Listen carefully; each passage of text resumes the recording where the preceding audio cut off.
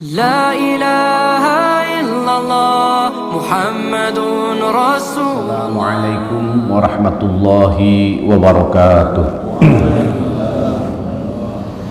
Innal hamdalillah nahmaduhu wa nasta'inuhu wa nastaghfiruh. Ashhadu an la ilaha illallah wahdahu la syarika lah wa ashhadu anna Muhammadan abduhu wa rasuluhu la nabiyya ba'dah.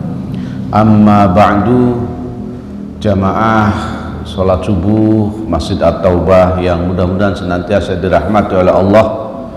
Puji syukur kita panjatkan kehadirat Allah. Alhamdulillah bahwa kita masih dianugerahi berbagai macam nikmat sehingga kita alhamdulillah bisa kembali hadir di dalam majelis yang mulia ini setelah sebelumnya kita laksanakan sholat subuh berjamaah dan kemudian dilanjut dengan ta'lim dan i'tikaf. Tentu harapan kita semoga amalan kita senantiasa diterima dan diridhoi oleh Allah subhanahu wa ta'ala. Amin Allahumma amin. Salawat serta salam semoga Allah senantiasa limpahkan kepada Nabi kita Muhammad sallallahu alaihi wasallam, juga kepada keluarganya, sahabatnya, dan mudah-mudahan salawat itu pun juga terlimpah kepada semua umatnya, termasuk kita yang hadir dalam masjid yang mulia ini. Amin Allahumma amin. Jamaah yang dirahmati oleh Allah, masih melanjutkan pembahasan kita pada pertemuan yang lalu, dan kita hari ini masuk pada sub pokok bahasan tentang keutamaan mencari nafkah dengan cara yang halal dan cacian bagi pencari nafkah melalui jalan yang haram. Imam Al-Ghazali memulai penjelasannya dengan mengutip beberapa firman Allah. Misalnya yang pertama dalam surah Al-Mu'minun ayat 51, Allah berfirman, kulu minat tayyibati wa'malu sholiha. Makanlah yang baik-baik, makanlah dari yang baik-baik, dan beramalah soleh. Dijelaskan oleh Imam Al-Ghazali, amara bil akli minat tayyibat qabla al-amal. Allah memerintahkan untuk memakan yang baik sebelum beramal. Kenapa demikian jamaah? Karena amalan kita praktis tidak akan diterima apabila makanan yang kita makan itu tidak baik. Maka oleh karena itu jangan pernah ada sesuap makanan pun masuk ke dalam tubuh kita dari yang tidak baik. Thayyib ini tentu tidak hanya halal tapi juga harus thayyib. Nah, maka Allah perintahkan, kata beliau, kata Imam Ghazali, yang pertama itu makanannya dulu dibereskan nih. Jangan sampai kita ibadah rajin tapi makanannya dari yang haram. Dan itu banyak terjadi ya Pak di masyarakat kita itu. Ya, misalnya di kantornya praktek korupsi itu biasa, tapi begitu sholat dia juga rajin gitu. Ya. Umrohnya rajin juga gitu. Nah, wa qala ta'ala wala ta'kulu amwalakum bainakum bil batil. Nah, ini misalnya dalam Quran surat Al-Baqarah 188. Ini ayat-ayat tentang puasa dari 183 diperintahkan kita untuk berpuasa. Ya ayyuhalladzina amanu kutiba alaikumus syiyam. Diperintahkan kita puasa. Diakhiri dengan ayat 188 Pak. Jadi pesan puasa diakhiri dengan ayat 188 apa? Wala ta'kulu amwalakum bainakum bil batil. Jangan kamu makan harta di antaramu dengan batil. Ya. Jadi dijelaskan yaitu watudlu biha ilal hukam, kita menyogok para penguasa supaya bisa makan harta orang lain, supaya tanah bisa dibebaskan, kita sogok penguasa, ya, apakah atas nama proyek strategis nasional atau atas nama yang lain, kan gitu. Nah, ini tentu jamaah yang dirahmati oleh Allah merupakan hal-hal yang jadi sandaran buat kita dalam mencari nafkah. Jangan sampai mencari nafkah kita itu berawal atau berasal dari hal-hal yang tidak diridhoi oleh Allah Subhanahu wa Ta'ala. Karena bagaimanapun tentu kita akan mempertanggungjawabkan seluruh harta yang kita dapatkan itu. Bahkan pertanyaan tentang yang lain-lain ketika hisab cuma satu. Misalnya pertanyaan tentang badan untuk apa, umur untuk apa, tapi giliran harta dari mana, untuk apa. Jadi luar biasa Pak ya harta ini. Walaupun diperolehnya dari yang halal, tapi kemudian peruntukannya bukan sesuatu yang diridhai oleh Allah, itu juga akan memberikan kita kecelakaan. Jadi oleh karena itu memang ya mencari ataupun berusaha dalam mencari harta itu harus kita awali dari yang baik-baik gitu. Tidak boleh kita tidak peduli gitu ya, mana sajalah yang penting jadi duit. Nah, ini bahaya kalau ada yang seperti ini. Nah, tentu banyak sekali ayat-ayat yang terkait dengan mencari yang halal itu dan menghindarkan diri dari yang haram. Bahkan ada hadis dikutip ya, thalabul halali faridatun, bahwa mencari yang halal itu adalah merupakan kewajiban ala kulli muslimin, atas setiap muslim. Dan ini dikomparkan oleh dalam hadis thalabul ilmi faridatun ala kulli muslimin, dan dijelaskan qala ba'dul ulama, sebagian ulama berpendapat arada bihi thalabul ilmi halali wal harami, yang dimaksud wajib mencari ilmu itu adalah mencari ilmu tentang yang halal dan yang haram ya. Jadi yang haram pun tentu kita harus cari. Kenapa? Karena ilmu yang haram ini kita ketahui untuk ditinggalkan. Karena kalau kita nggak tahu yang haram, yang dilarang, jangan-jangan nanti kita masuk ke dalamnya, maka kita juga harus tahu gitu, yang halal seperti apa, yang haram seperti apa. Wa qala sallallahu alaihi wasallam, Rasulullah sallallahu alaihi wasallam bersabda, man sa'a ala iyalihi min hallihi fa huwa kal mujahid fi sabilillah. Siapa saja yang berusaha untuk keluarganya dari yang halal, maka dia seperti orang yang berjihad di jalan Allah. Kenapa orang yang mencari yang halal itu seperti berjihad di jalan Allah? Karena Pak, setiap kali kita berusaha, apakah itu dagang misalnya, itu setan iblis berkumpul supaya kita berlaku curang. Kalau kita sebagai pegawai karyawan, iblis dan setan berkumpul supaya kita berbuat korup dalam berbagai macam hal dan level, dari yang terendah sampai yang tertinggi gitu. Maka ketika kita bersabar untuk tidak berbuat curang, ketika kita bersabar untuk tidak berlaku korup, itu jihad. Dan itu tidak bisa ditegakkan kecuali jika kita bersungguh-sungguh melawan berbagai macam dorongan yang diberikan oleh iblis, setan dan seterusnya. ini kesungguhan kita inilah yang patut kemudian diberikan sebagai predikat mujahid fi sabilillah. Wa man talaba dunya halalan fi afafin kana fi darajati syuhada.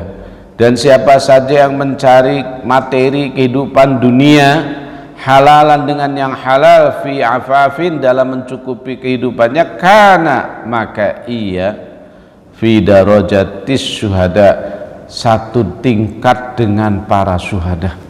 Nah, jadi ini mencari yang halal ya, untuk mencukupi keluarganya, mencukupi dirinya, maka orang tersebut berada dalam derajat syuhada.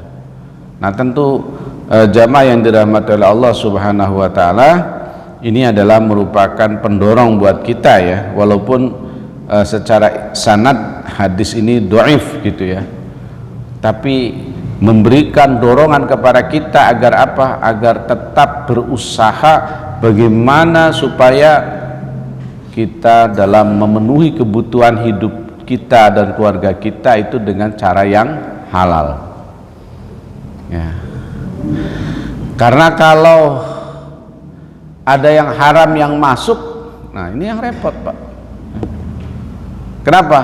Ketika kita memakannya, maka itu akan mengalir menjadi darah, menjadi macam-macam, bahkan menjadi bibit buat anak-anak kita, maka anak kita akan tercipta dari yang haram tersebut gitu ya. Kalau anak sudah tercipta dari yang haram, maka anak itu susah untuk diajak kita melaksanakan kebaikan gitu. Maka oleh karena itu tentu memantapkan diri dengan yang halal ini, itu akan diberikan kebaikan. Nah, ini adalah merupakan pujian ya, karena judulnya kan pujian dan celaan, pujian bagi pencari yang halal dan celaan bagi pencari yang haram. Ada pujian lain, man akala halala arba'ina yauman, siapa saja yang makan yang halal selama 40 hari, nawwarallahu qalbahu, maka Allah akan menerangi hatinya, wa ajraya nabi al hikmah, dan dibukakan sumber-sumber hikmah ya, min qalbihi, dari hatinya, ala lisanihi, kepada lisannya. Jadi orang yang terbiasa dengan yang halal itu Allah akan berikan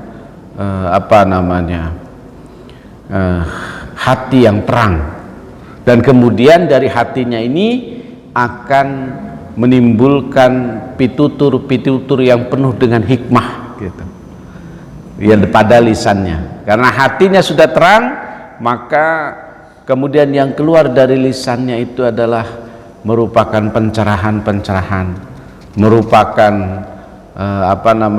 petunjuk-petunjuk yang memberikan penjelasan kepada masyarakat banyak. Nah, kemudian dalam riwayat lain Anas Sa'dan sa'ala Rasulullah SAW, bahwa saya bertanya kepada Rasulullah sallallahu alaihi wasallam, ayas Allah taala, supaya memohon kepada Allah taala, ayaj'alahu mujabad da'wah, supaya doanya diijabah. Faqala lahu, maka kemudian bersabda Rasul sallallahu alaihi wasallam, supaya doa kamu diijabah, atib tu'mataka, maka perbaiki makananmu, tustajab da'watuka, maka dakwahmu akan diijabah gitu. Jadi syarat doa kita diijabah adalah apa? Memperbaiki makanan kita. Bahkan kalau kemarin kita sudah dijelaskan tuh ya, jangankan yang haram, yang subhat pun harus kita hindari gitu. Nah, ini yang lagi viral itu kan contoh misalnya dana politik.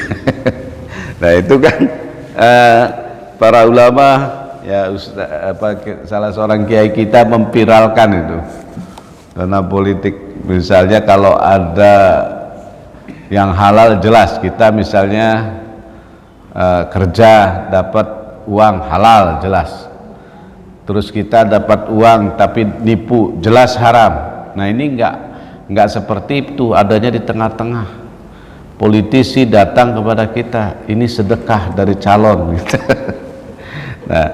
nah ini subhat gitu kan, dibilang sedekah ada maunya ya kan, dibilang tidak sedekah atau politik uang Arab juga niatnya sedekah. Jadi inilah yang subhat. Tapi yang begini pun kata Rasul sebaiknya ditinggalkan yang subhat ini.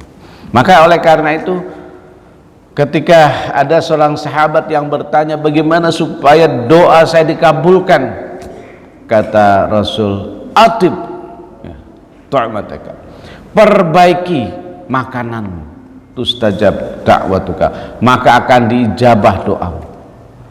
Jadi kalau doa mau diijabah, perbaiki makanannya. Yang haram kita tolak, hanya yang halal saja yang kita bisa terima. Nah, walama zakar Rasulullah al-harisu ala dunya qal. Jadi ada satu hadis Bapak sekalian, jamaah yang dirahmati oleh Allah, yang dinyatakan di situ Rabbi ash'at aghbaruh masrad fil asfar mat'amu haram wa malbasu haram wa ghudhibil haram yarfa'u yadayhi fa yaqul ya Rabbi fa anna yustajabu lidzalik. Jadi ada seorang yang berjalan sudah jauh Pak perjalanannya, rambutnya lusuh penuh dengan debu akhbaru, kemudian dia berdoa kepada Allah, ya Rabbi fa anna yustajab, bagaimana mungkin diijabah. Kenapa? Mat'amuhu haram, makanannya haram, wa malbasuhu haram, demikian juga pakaiannya juga haram. Jadi bagaimana akan diijabah kalau seperti ini? Padahal hal-hal yang terkait dengan diijabahnya doa sudah ada pada orang ini. Kan diijabahnya doa itu diantaranya apa ya? Pertama adalah ketika selain orang dizolimi, ketika dalam perjalanan. Jadi orang dalam safar itu menyebabkan doa dikabulkan gitu. Apalagi di samping safar, dia ini juga menyebut nama Allah dengan ya Rabb berulang kali. Dan ini adalah salah satu juga tata cara berdoa, kita menyebut Allah ya, awidur Rahman, atau menyebut dengan nama Ar-Rahman atau yang lainnya berkali-kali. Jadi syarat dipenuhi doa itu sudah ada, tapi karena makanannya haram, pakaiannya berasal dari yang haram, maka Allah tidak mau mengabulkan doa tersebut.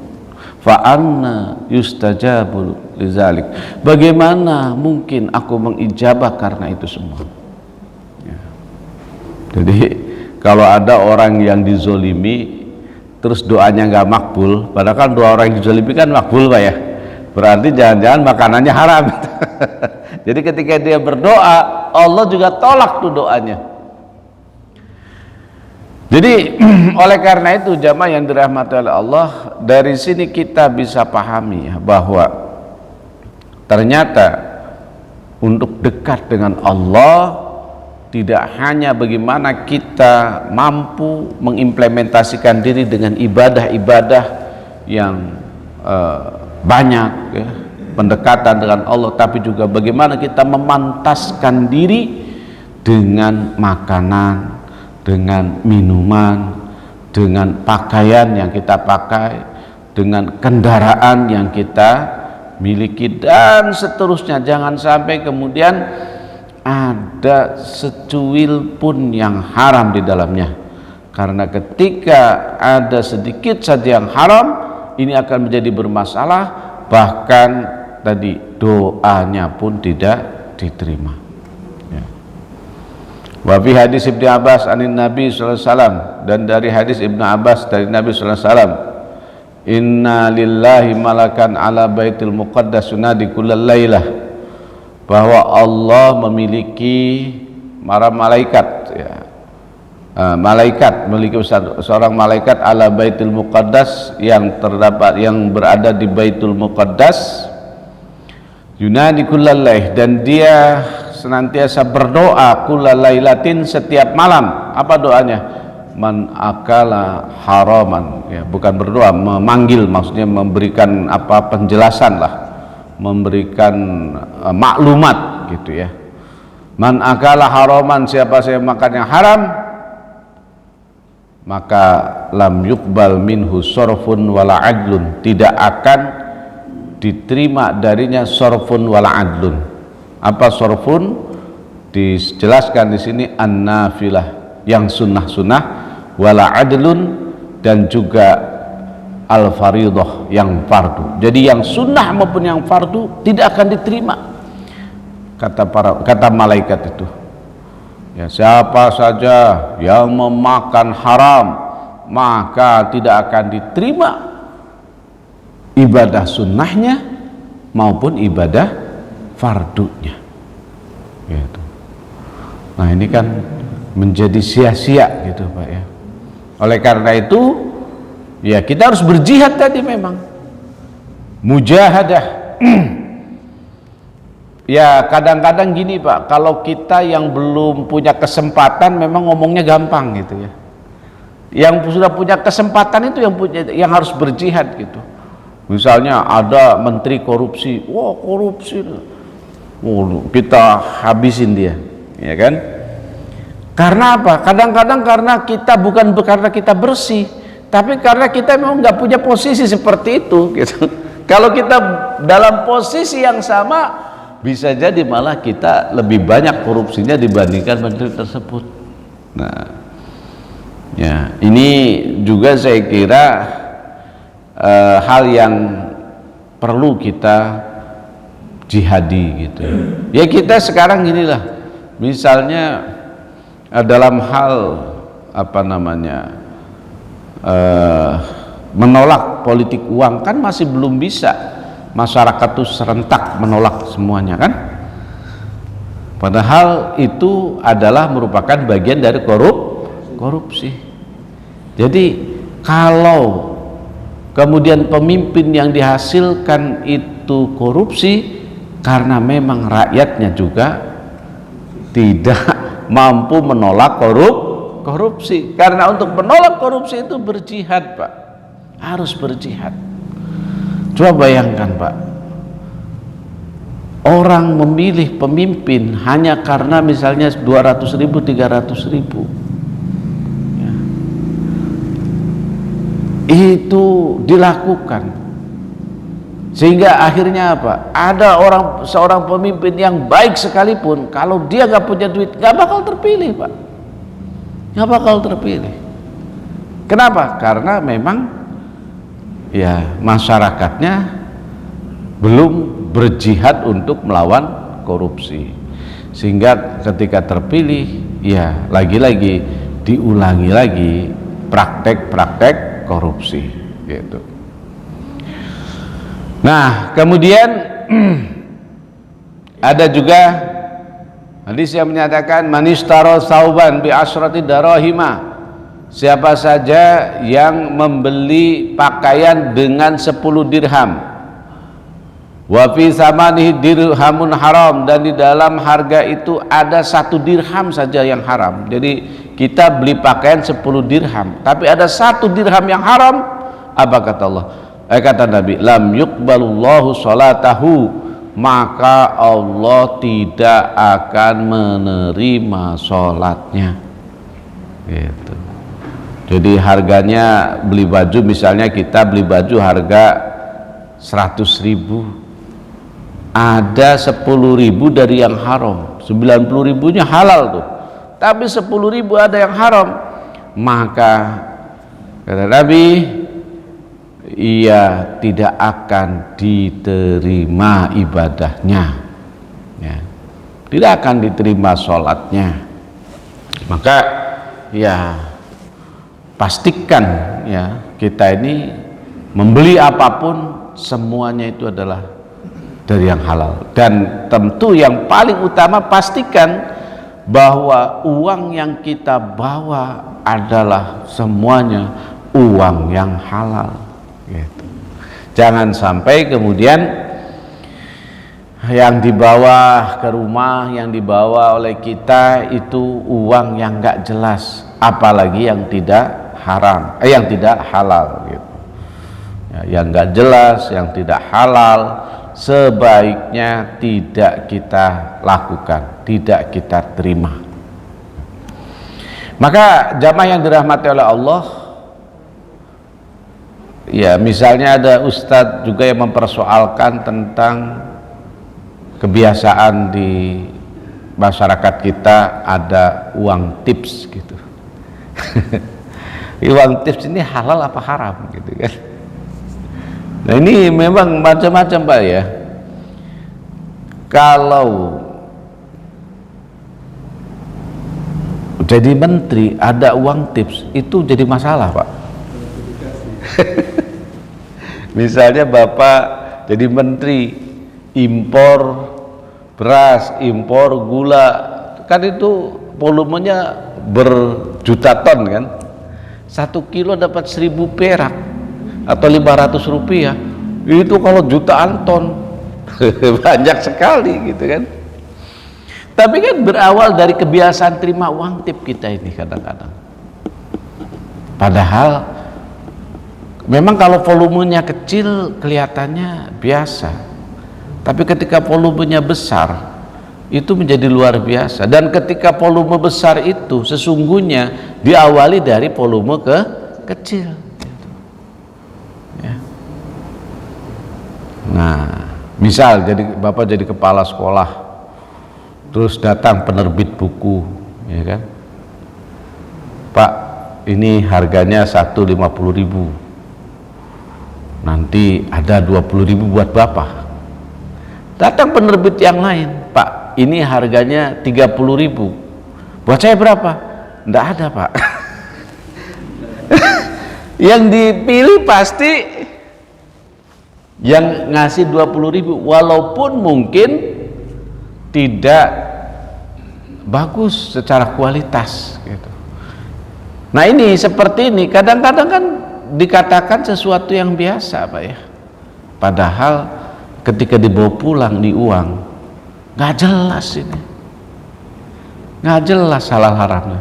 Bisa jadi ketika itu bagian dari korupsi menjadi haram. Maka sebenarnya ya perkara tips ini perkara bibit dari korupsi pada akhirnya gitu. Karena dengan adanya uang tips, misalnya kita menjadi pejabat publik yang ada di level bawah lah, di kelurahan misalnya, itu kita bisa nandain ini banyak ngasih tips, ini enggak gitu kan. Yang banyak ngasih tips itu bisa cepat itu urusannya. Harusnya kan berdasarkan urutan antrian kan gitu.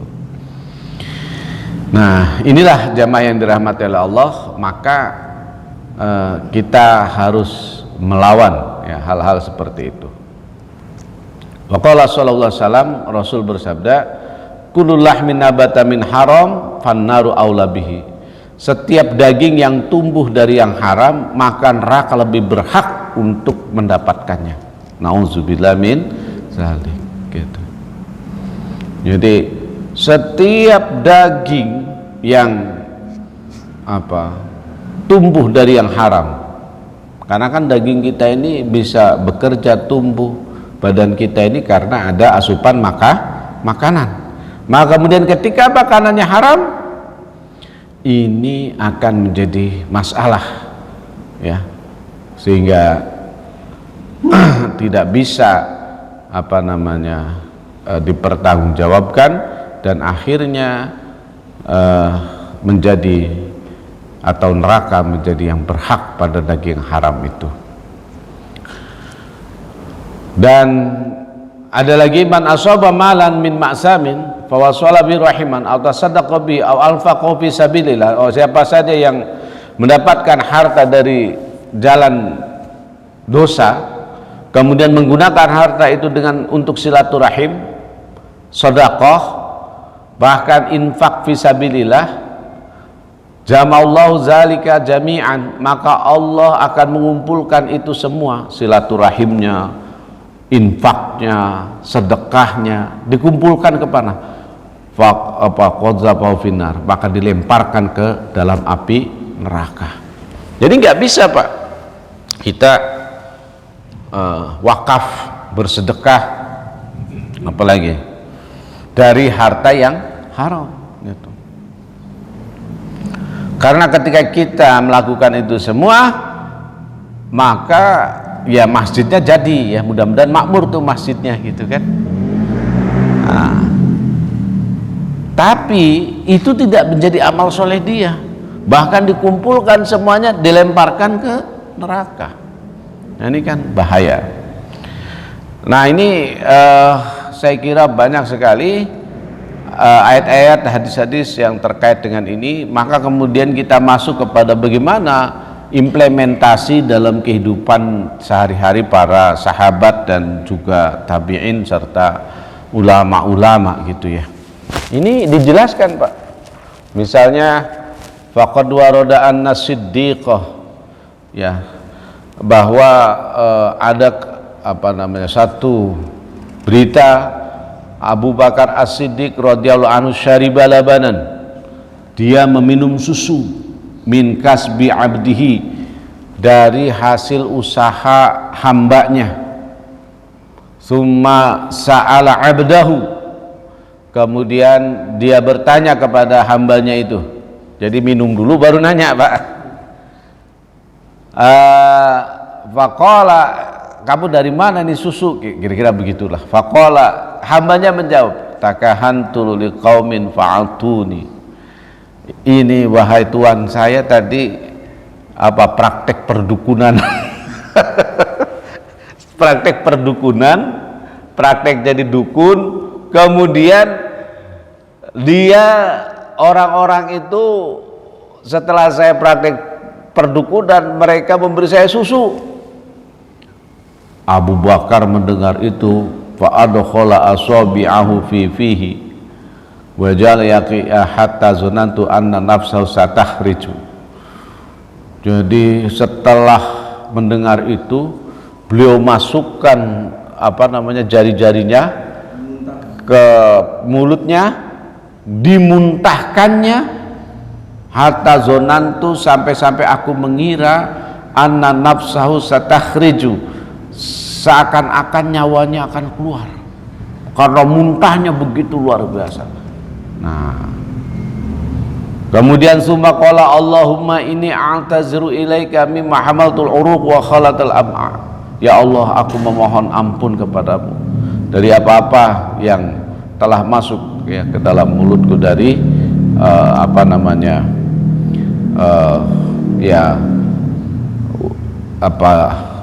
al-uruq, ya, kayak model keringat gitu, dan cairan-cairan yang masuk ya. Jadi beliau sama sekali nggak mau ada yang haram masuk ke dalam perut beliau.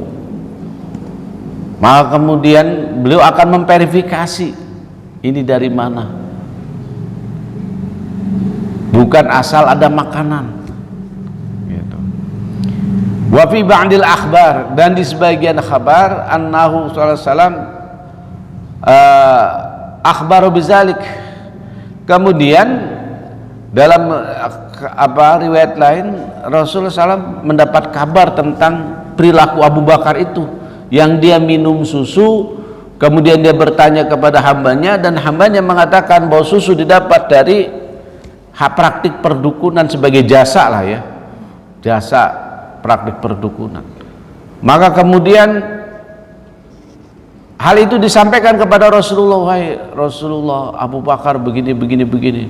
Dia memuntahkan semuanya. Awalimtum anna siddiqa la yadkhulu jawfahu illa thayyiban. Kamu nggak tahu apa? Memang Abu Bakar As-Siddiq itu tidak akan masuk pada perutnya kecuali yang halal. Wa kadzalika, demikian pula syariba Umar radhiyallahu anhu min labanin iblis sadaqa qalatan. Demikian pula Umar juga melakukan hal yang sama ketika beliau meminum susu dari unta yang bagian dari zakat, ya ada kesalahan di dalamnya, beliau juga memuntahkan.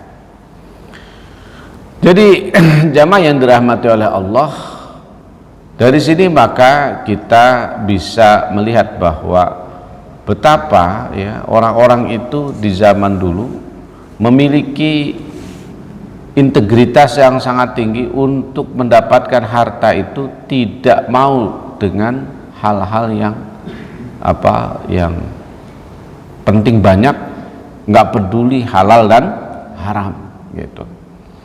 Karena mereka menyadari betul bahwa yang halal itu merupakan jihad fi sabilillah. Maka oleh karena itu mereka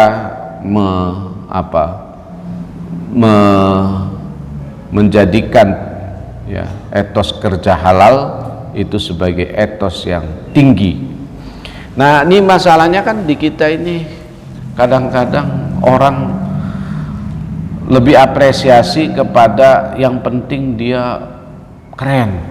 Dari mana caranya keren terserah gitu. Jadi orang kadang-kadang nggak mengapresiasi kepada orang yang hidup bersih gitu. Nah, ini saya kira perilaku seperti ini yang perlu kita ubah. Jadi kita begitu ketemu orang itu bukan wah mobilnya bagus, rumahnya bagus, bukan, tapi bagaimana dia memperbaiki dirinya untuk tetap bersama yang halal gitu. Nah, kemudian ada juga Pak dikatakan di sini qalat Aisyah radhiyallahu anha berkata, innakum la taghfuluna an afdhalil ibadah. Kalian semua melupakan ibadah yang utama, kata Siti Aisyah. Apa itu? Huwa al-wara'u, yaitu al-wara'. Wara' itu kehati-hatian. Jadi ibadah yang utama adalah kehati-hatian ya. Nah, oleh karena itu maka ya kehati-hatian ini menjadi sesuatu yang sangat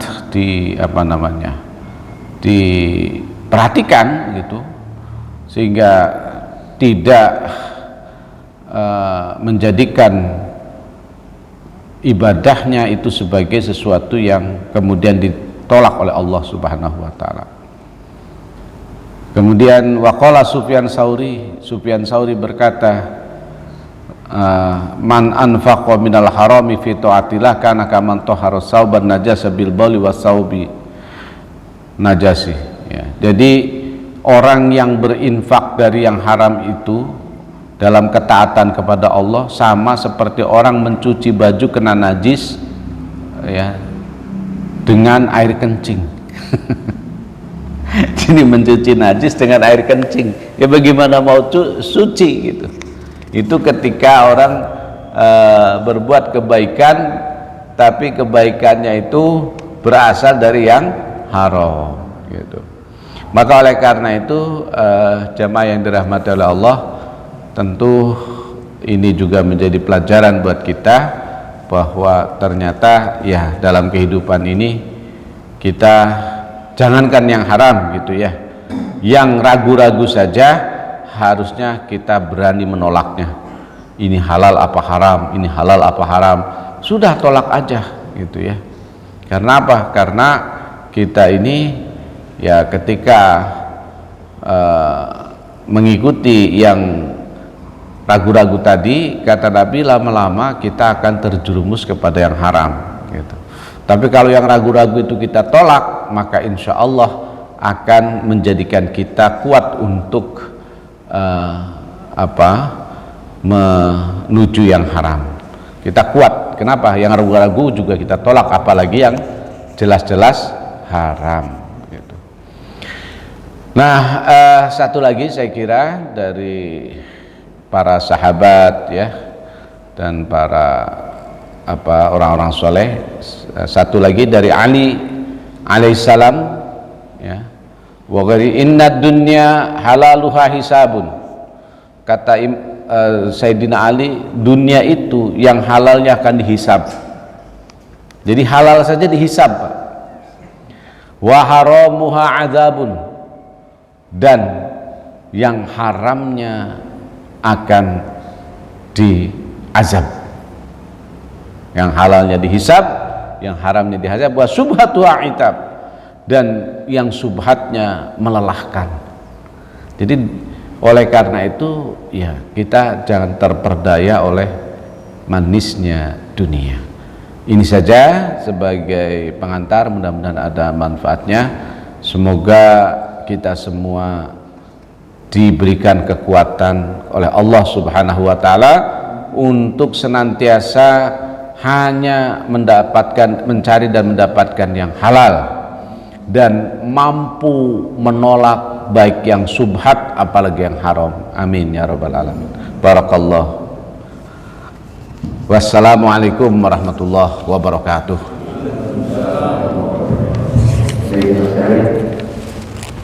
Sebenarnya kan mohon bagi orang yang mencari rezeki yang halal dan punya yang dari halal. Bagi jemaah yang bertanya atau menambahkan,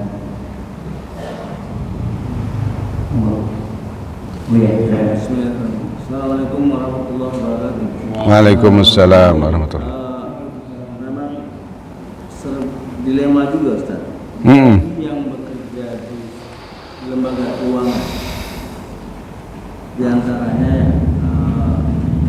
jual beli saham atau apa, dia kan hanya sebagai pegawai. Kalau memang mencari pekerjaan lain belum ada yang dapat, apakah memang yang didapati setiap bulan sebagai pegawai itu termasuk haram itu, Ustaz? Baik.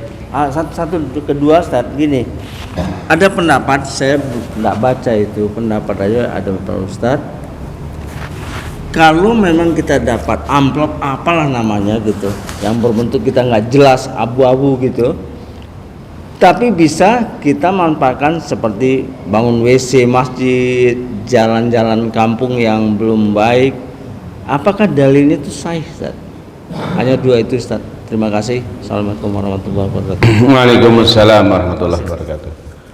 Baik, untuk yang pertama sebenarnya terkait kehalalan sekuritas ya, sekuritas gitu.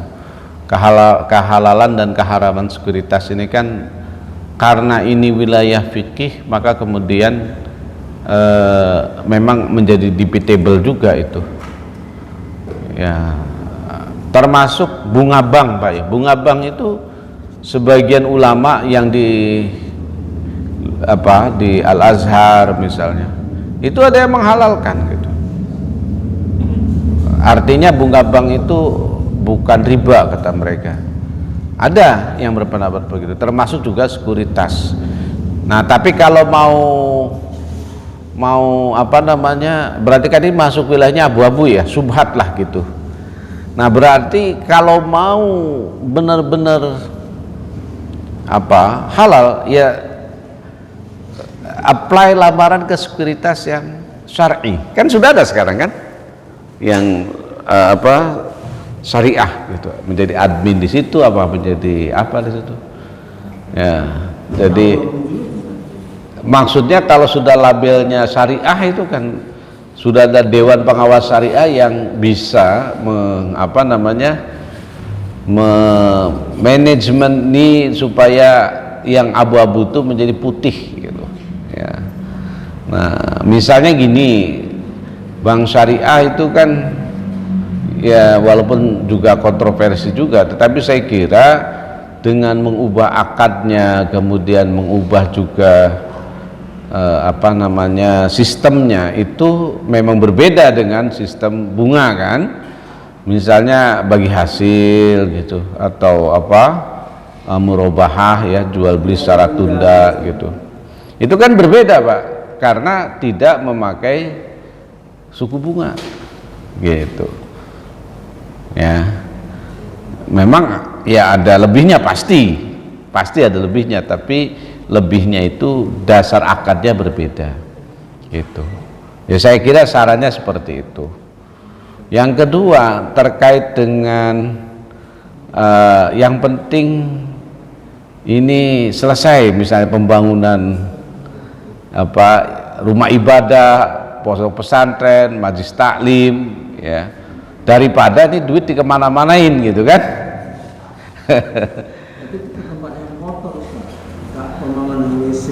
Oh ya, sama pembangunan WC, tapi WC masjid kan ya sebenarnya walaupun itu kotor secara fisik, tetapi sesungguhnya itu sarana yang vital juga. Coba kalau masjid nggak ada toiletnya, itu nggak akan ada orang ke masjid Pak. Iya, vital itu toilet itu. Tapi kalau toiletnya bersih gitu, orang senang ke masjid itu. Toiletnya bersih, bagus katanya. Jadi sebenarnya itu akal-akalan aja itu. Ya intinya kan untuk membangun itu gitu. Nah, bagi panitia pembangunan mah sebenarnya nggak ada masalah itu. Yang penting selesai kan.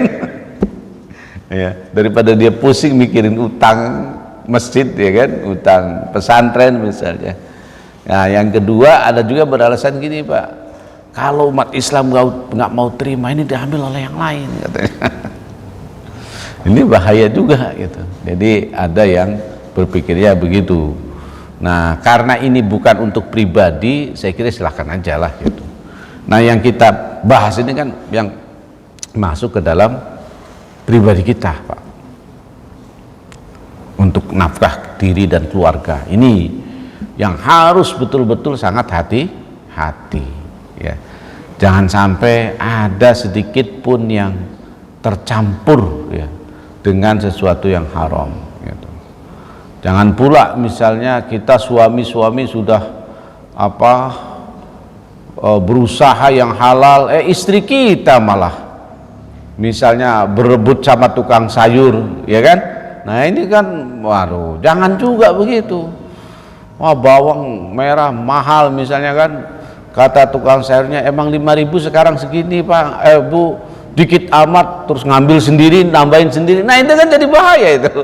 Tadi seperti dalam pernyataan tadi bahwa apabila kita membeli baju 10 dirham, 1 dirhamnya haram, maka keseluruhannya tidak akan diterima oleh Allah Subhanahu wa Ta'ala. Jadi jangan, kita juga harus bilangin juga istri kita bahwa harus melakukannya dengan yang baik dan halal. Saya kira untuk pribadilah, kalau untuk pembangunan macam-macam itu ya silakan saja ya biar cepat selesai gitu. Baik. Terima kasih.